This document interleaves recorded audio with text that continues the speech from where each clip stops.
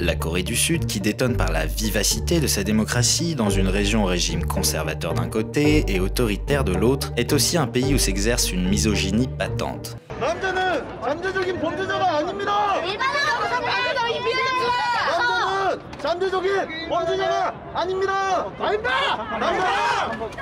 Le pays occupe la 118e place sur 144 au classement du Forum économique mondial sur l'égalité hommes-femmes, soit juste entre la Tunisie et la Gambie. À titre de comparaison, la France est à la 11e place. Chang Il-ho, journaliste à l'hebdomadaire Sisain, a mené une enquête au sein du milieu de l'enseignement sud-coréen. Elle y décrit une parole de haine envers les femmes, de plus en plus répandue chez les élèves, et relate les témoignages d'enseignantes qui en sont souvent les premières victimes.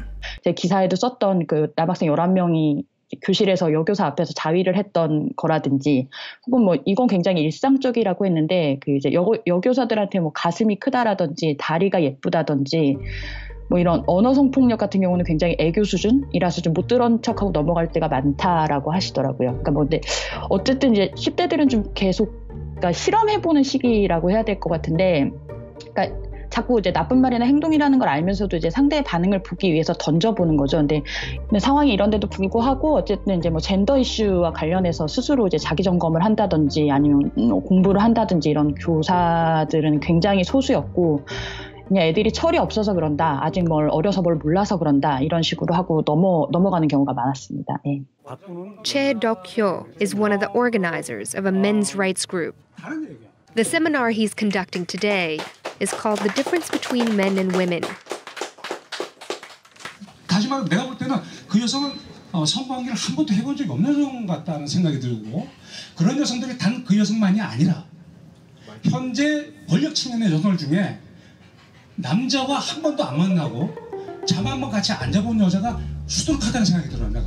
M이라는 말이 굉장히 어떤 비난의 말로 쓰이는데요. 그러니까 이제 선생님, 제가 취재했던 선생님 말에 따르면 그분이 국어 교사셨는데 그 시간에 어머니를 주제로 한 어떤 작품을 가르치는 것도 굉장히 어려운 정도로 애초에는 좀 상대방을 좀 모욕하기 위해서 니엠이라는 식으로 느근마라는 말로 이렇게 좀 나쁜 의미를 담아서 엄마를 호칭했다면, 지금 이제 자기 엄마까지도 좀 모욕하는 분위기로 좀 번져 있다고 하고요.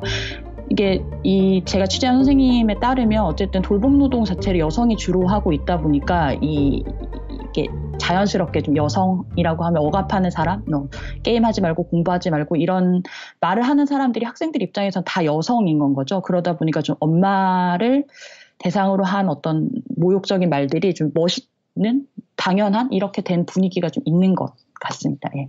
일상 속에는 생각보다 정말 많은 여성 혐오가 있다.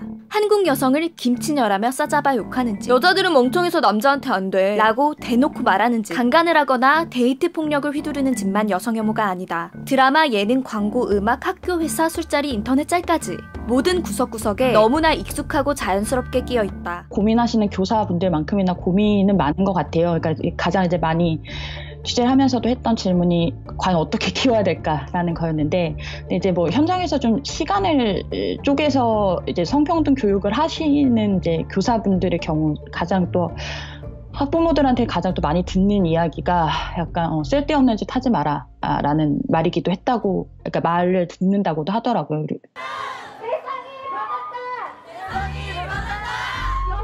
일단 뭐 저는 이제 이게 한국만의 문제는 아니고 어느 나라나 마찬가지로 좀 성차별주의는 좀 만연하다고 좀 생각하고요. 뭐 가부장제가 한국만의 문제가 아니듯이 이제 뭐 해외의 어떤 여성운동 사례들을 살펴봐도 굉장히 여성들이 이등심이 있는 취급 당하고 있죠. 그래서 근데 어쨌든 간에 한국에서 예전과 달리 어떤 성차별 자체가 문제가 된다는 건 좀 긍정적으로 보고 있고요. 문재인 대통령도 이번에 이제 신년에 여성단체들을 하고 만난 자리에서 이제 성평등 같은 경우가 지속 가능한 국가 발전의 어떤 핵심 요소라고 말하면서 어떤 젠더 폭력이나 성차별 자체를 좀 단호하게 대응하겠다고 말하기도 했는데요. 이런 분위기가 좀 만들어진 거라고 생각하고요. 그런 것들이 가능했던 거는 사실상 또 이제 페미니즘 덕분이라고 생각하는데요. 이제 어쨌든 더는 이렇게 살지 않겠다라고 선언하고 있는 여성들하고 함께 가든지, 이제 남성들이 그렇지 않으면 이제 뭐 뒤처지든지 이렇게 분위기 자체는 이미 그렇게 좀 만들어지고 있다라고 보고 있습니다. 예.